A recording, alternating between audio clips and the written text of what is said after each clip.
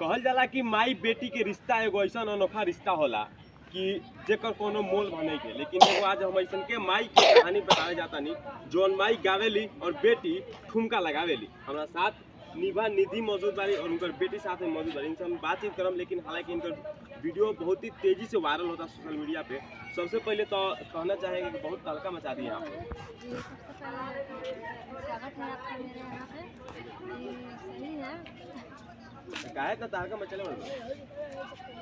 तो हल्का हम थोड़ी मचले नहीं, तो हल्का तो हमारे ऑडियंस लोग मचले बाटे। अच्छा, ऑडियंस लोग मचले वाले। तो सुने में आवता कि माई गावेली या बेटी ठुमका लगावेली।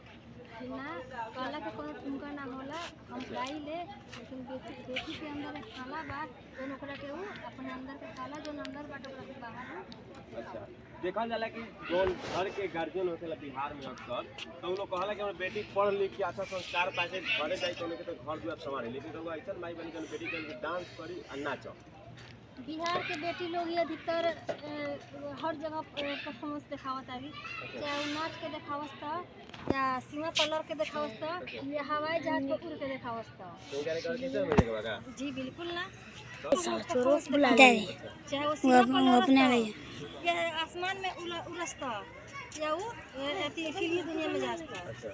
ऑर्केस्ट्रा और फिल्मी दुनिया दो अलग अलग ऑप्शन बाटे। अच्छा जी, तो हम अपना बेटी के ऑर्केस्ट्रा में तो बिल्कुल ना भेजम, हम फिल्मी दुनिया में जरूर भेजम। ना देखा जाला कि गांव के जो लड़की ज्यादा डांस करेली वो ज्यादा तो जाके ऑर्केस्ट्रा में लोग डांस करेली। गांव की एको गो लड़की बाई चांस हो सकता, लेकिन हम अभी तक देखले भी बनी, सुनले भी बनी कि गांव के लड़की अधिकतर ऑर्केस्ट्रा में ना जाली जाए। बाहर की लड़की के हुआ आवल है ये हम कह सकता नहीं, लेकिन गांव के लड़की फिल्मी दुनिया में जरूर जाए।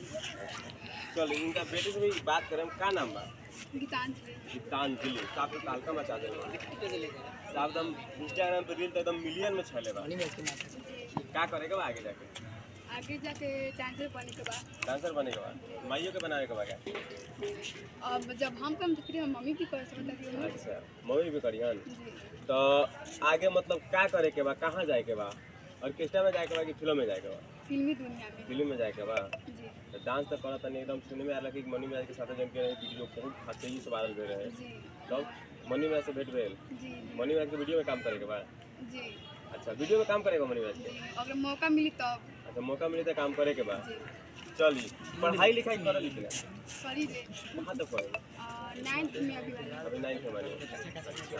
तब आगे आगे चलो इसे बना देते हैं। पढ़ाई में डांस करने जाएगा बस। अरे चलो ना तुमको अभी देखिए। पढ़ाई उस पर चलिए, उसके साथ बनाइए। अभी पढ़ाई है, इसके साथ इसी के साथ नहीं जा पा रहे इसे हैं। बना देते हैं। चलिए, तो बुला ये है, और बुला कुछ हम आएगा। आपसे एक और चीज देखना चाहेंगे कि जो कला है जो सोशल मीडिया पर लगातार तेजी से वायरल हो रहा है, हमें अपना कला चलो। दिखाइए, हालांकि मतलब डांस करके दिखाइए। और कुछ गाने वगैरह कोई आपका फेवरेट कौन सा गाना पे सबसे